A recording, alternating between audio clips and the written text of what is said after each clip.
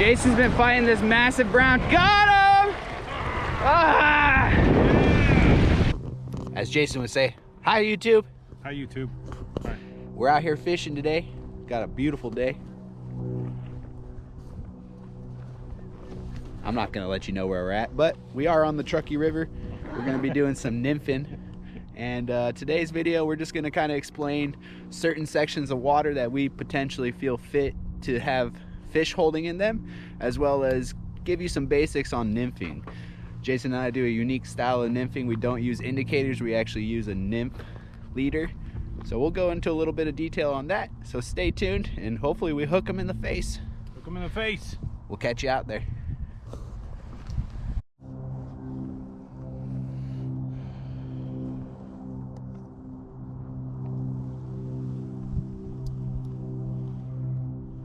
Alrighty, we're at our first spot.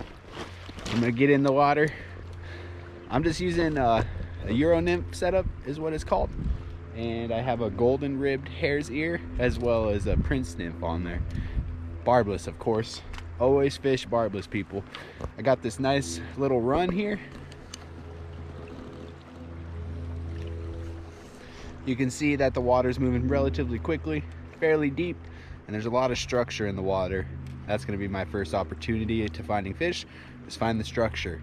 What I mean by structure is there's rocks in the river, and I'm not just talking about deadfall like you see up here. I'm actually talking about the structure that's beneath the water. A lot of rocks, because the fish can hide behind the rocks, stay out of the current, as well as feed really efficiently and just wait for those bugs swimming down. So that's what we're kind of mimicking. It's just bugs floating down the river, and hopefully we get a nice big trout to take them. So stay tuned, we'll hook them in the face for you. And don't forget about the hat raffle I have going on. You can find those on my website. You purchase a hat, you get entered into the raffle. Once all those hats are sold, I'm gonna be doing the raffle and actually drawing 2 winners to take out fishing on Donner Lake for some salmon fishing. You won't want to miss that. And of course you have to be subscribed to the YouTube channel, and that's all you have to do to be entered into the raffle. So stay tuned and we're gonna hook them. Anyways, what's gonna be your tip for the moment? For the moment, yes sir, I would have to say, since the water temps are so cold, these fish aren't probably gonna be moving around too much. Right. So we're trying to find deeper, slower moving water, as you see right in front of us, so they don't have to contend with all the rapids. But there is a lot of grass, there's a lot of midges in the water, so I think the bite is going to be pretty tough in regards to getting these fish to take something other than all the midges. I mean, you can see them on the water surface. They're everywhere. Can you see them? You want the fly to be relatively close to the bottom, if not just kind of floating right across. And that's another big point that I have for you, is just make sure the drift is consistent. You don't want to be pulling your fly through the water. You also don't want to be holding it up in the water, because it just doesn't look natural. What do we call that? What do I call it? Motorboating. Motorboating. Dirty motorboat. When you're just pulling that fly through the water. Just fucking swinging it. That was the biggest thing I had in regards to the learning curve with fly fishing, is you don't want to be pulling that fly through the water. Just let it drift, kind of feel the bottom as it's going. And note to self, whatever you feel a little bump, just set the hook, because you never know if it's going to be a fish or if it's going to be a rock. 50% of the time it's probably going to be a rock or grass, but you just never know. Any kind of hesitation or any kind of abnormal behavior, just set the hook, just set it. Rip it, hook it right in the face. And watch the trees behind you. And watch the trees. Because you will get hung up. I'm going to show you a little bit of technique that I like to use. Especially when you're nymphing, you don't want to make big long casts, so you're just kind of flicking it in front of you, following that drift as it comes down. Oh, there was a bump. Did you get a bump? Figures. Either it was a bump or a rock, who knows? A bumpy rock. You just want to follow that fly down and just keep making casts. I think with the cold water temps, you're going to want to make a lot more casts in one area, as opposed to just casting and moving, because these fish aren't very active right now. They're just going to be hunkering down, conserving energy because the water's so cold. You want to give it time as it floats down to hopefully get it right in front of that trouter.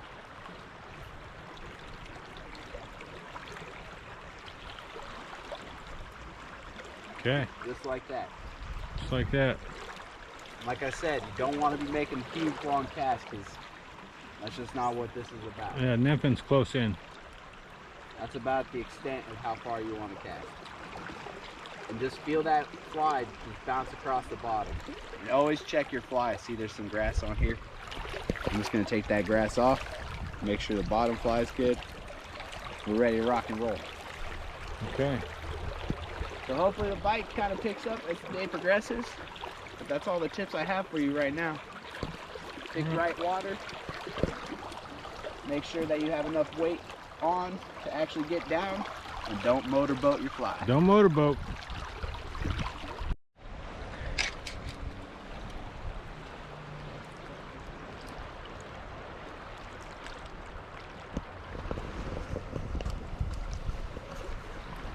What a beautiful stretch of river. Now, when you look at a river section like I'm fishing right now, fishing's a little slow, so I'm going to explain a little bit more for you. Think of this video as a DIY and just helpful tips for the average angler or anybody that's wanting to fish the Truckee River or any type of trout river out there. Typically with cooler water temperatures, the fish are going to be holding in specific areas. Now, the section I have in front of me is a really deep, relatively slow moving section of water for the Truckee River this time of year. And what I'm doing is I'm just picking it apart very slowly because the cold water temperatures are actually going to make these fish slow down. The oxygen content's probably relatively high, and the cooler water temperatures, they just don't want to expend a lot of energy, and their metabolism is going to be a lot lower, so they won't spend as much time feeding throughout the day or the night. They're just going to be hunkered down pretty much and trying to not expend a lot of energy because the springtime is coming up. They do know that, and the feeding is going to get absolutely crazy with all the bug hatches going on. And just when springtime comes around, there's just more life in the river. So what I'm doing here is just utilizing this section of river, taking my time and making a lot of casts through the section. It might seem counterintuitive to just make a bunch of casts through here, but that's what you want to do. Is you want to pick apart each section very thoroughly because you just know that those fish aren't going to be moving around a lot, so you need that fly to go relatively close to them for them to want to actually bite it. We're just going to go check where Jason's at, see how he's doing. But another tip when you are walking through a bunch of willows like this, making your way to different sections of the river, is hold your fly rod vertically, straight up. Because what you can do with your other hand is kind of move the willows out of the way, and you can kind of weave your fly rod in and out of the willows, and it'll make walking through it a lot easier. As well as when you are wading in the Truckee River, it is a tough river to wade in. Get yourself a walking stick like you see there. It makes it a lot easier to actually wade through the river. Plus, when the river is kind of ripping, I get a little scared when the water gets above my waist. And that extra support as you walk through the river is definitely beneficial for not falling in, because if you fall in, it's gonna be a bad day. So let's go check out what Jason's doing. Hopefully we can get some more information for you and also hook one in the face. So stay tuned. Don't forget about that hat raffle going on, and always subscribe, give me some comments, and like the video if you prefer this style of video. Let's get after it.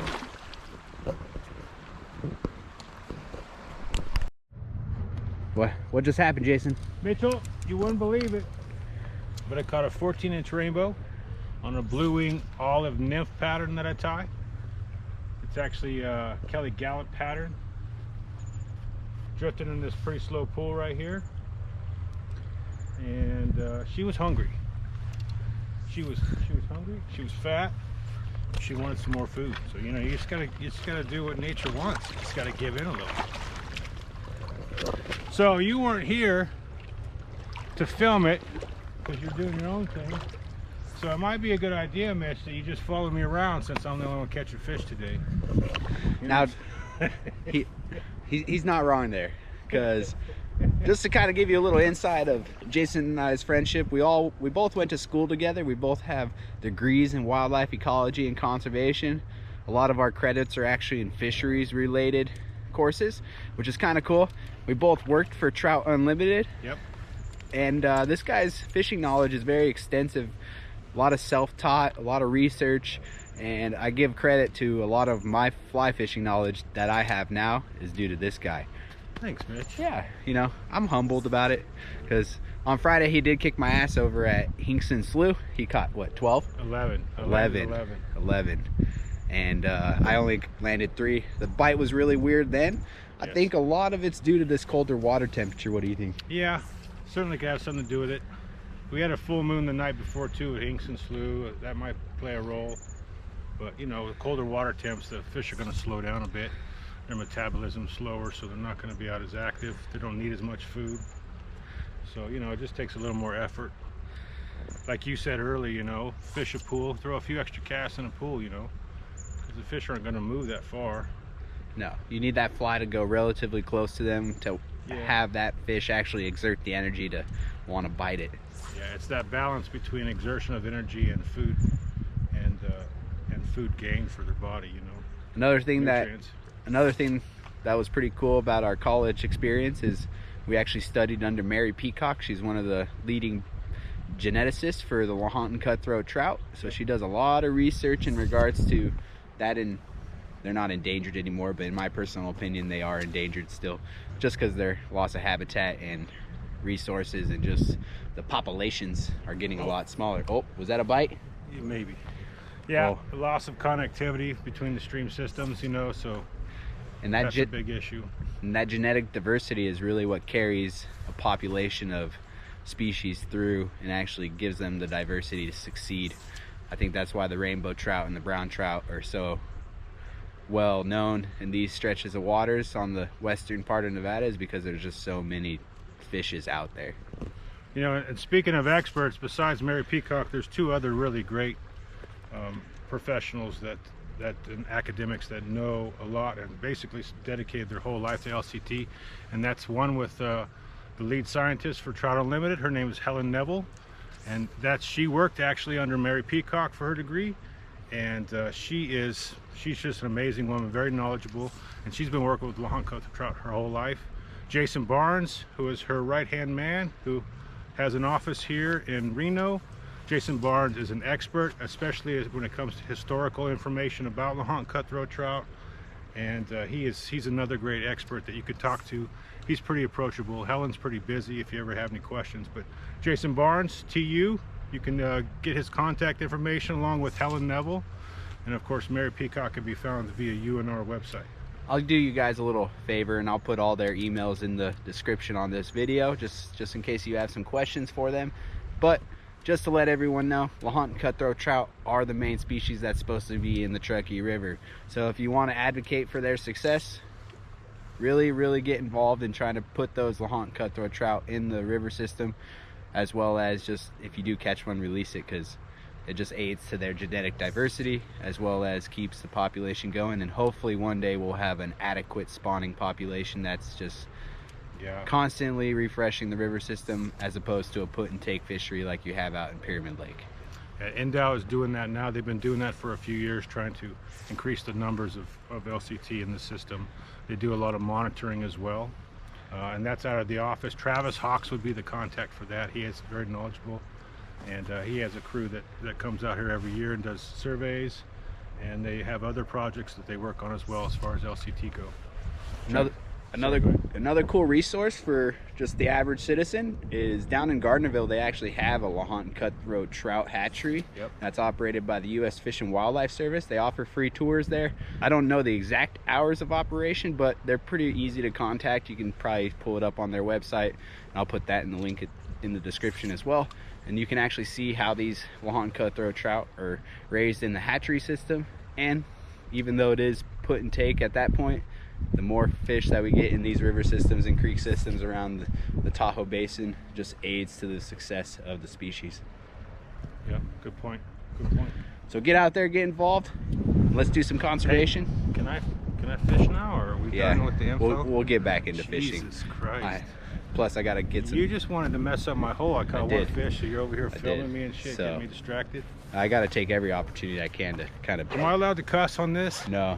Shit. We gotta beep it out. He's got a mouth like a sailor. Sailor. So I'm gonna get back to fishing. Hopefully I can knock a few down and whoop his ass because he beat mine pretty bad on Friday. See you later, YouTube. So stay tuned. We'll hook him in the face.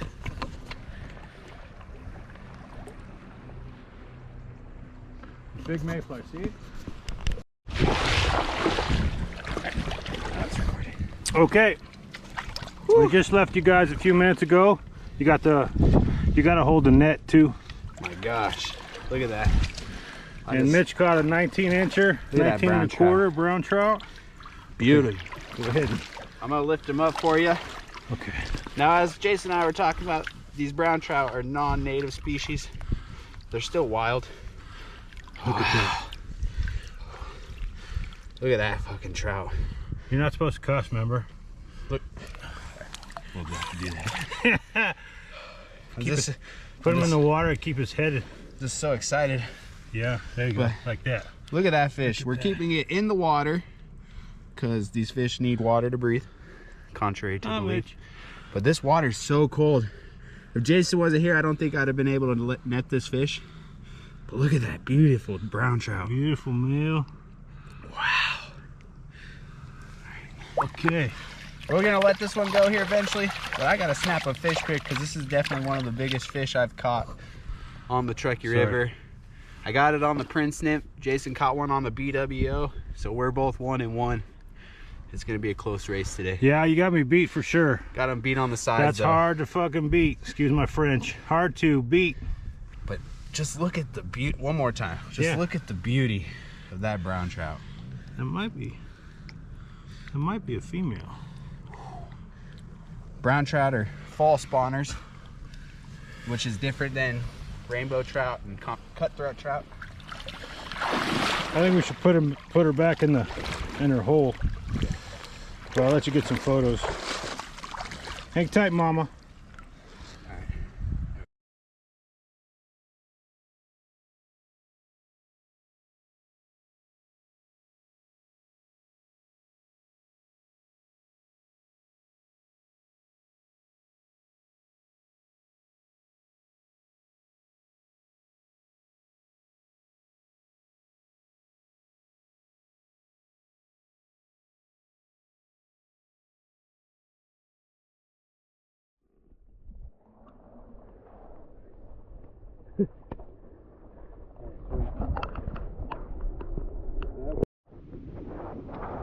I'm hoping it's not muffled right now, but everyone, can you see that blue wing olive on the tip of my finger?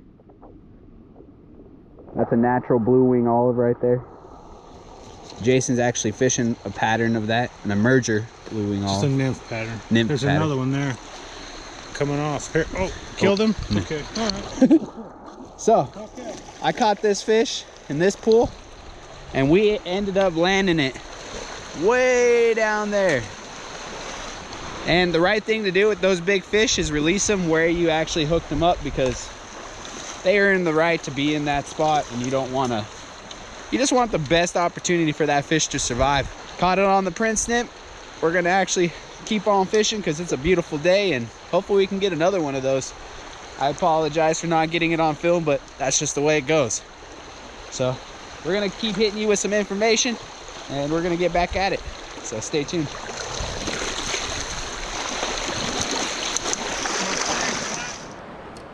Look at Jason way over there. Another thing too with nymphing is you have to be in the water, because like I said earlier on in the video, you definitely have to make shorter casts and work smaller sections of the river. So you have to wade your way across a section of the river, or through a run that you are choosing to fish. Now, a good rule of thumb is before you enter the water, fish where you are potentially going to be stepping, because you never know where the fish are actually going to be at. So fish your way through where you're going to be walking, and then proceed to walk through the river, and then just keep doing that pattern as you make your way through the section of river. As you can see, we switch up spots. We came down here because there's going to be a little bit more structure, a little bit more slower moving water where those fish can hide out in these colder water temperatures, and hopefully we can get another one on board.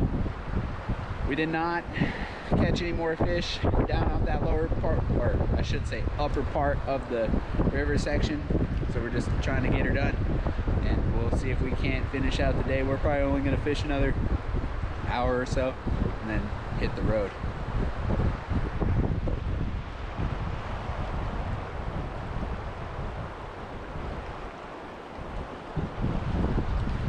Another thing too is just enjoy the day. It's going to be beautiful no matter what. If you catch fish or not, just enjoy being out here, that you are lucky and fortunate to be doing this, and you never know. Just the excitement of after every single cast, you might catch one, you might not. That's fishing for you. So stay tuned. Don't forget about that hat raffle that's going on, and we're going to try to hook one in the face. Until then, we're going to get back to fishing. Woo! Jason's got one on. I'm trying to make my way over there, but it's just too fast.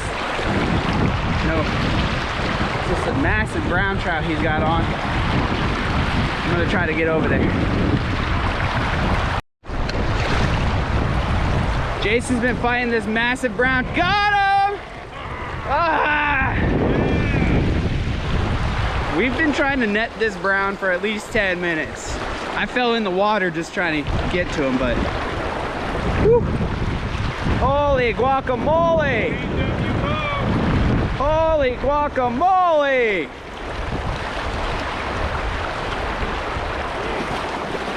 What a toad!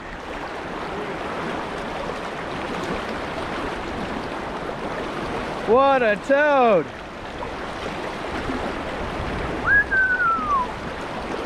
That fish is gonna be tired. What a toad.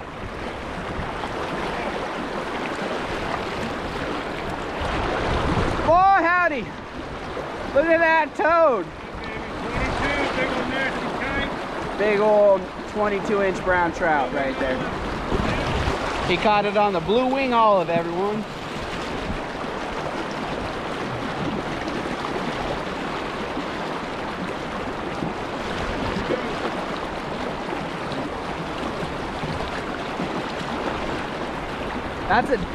That's a day maker right there.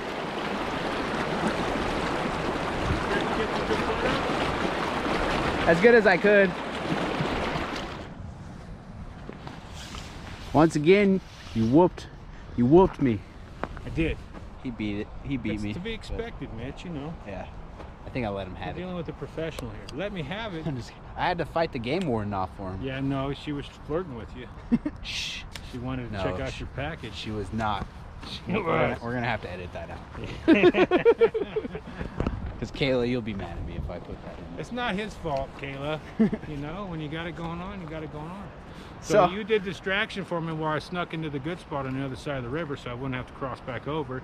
And booyah, 22-incher, fat, big old brown trout, big old gnarly kipe on him. I fell in the water trying to get it for him. Yep, that's love. And we were nymphing all day. All day. Blue wing olive pattern, once again. I knocked that 19-incher with a Prince nymph. So get out here, try to catch some fish. Don't get frustrated if you don't catch fish, because the Truckee River is a doozy. It's tough. It's a doozy, but it can be very rewarding. You just got to put your time in, just like everything else. So get out there, practice, make those short casts when you're nymphing, and remember to hook them in the face. Hook them in the face. We'll catch you later.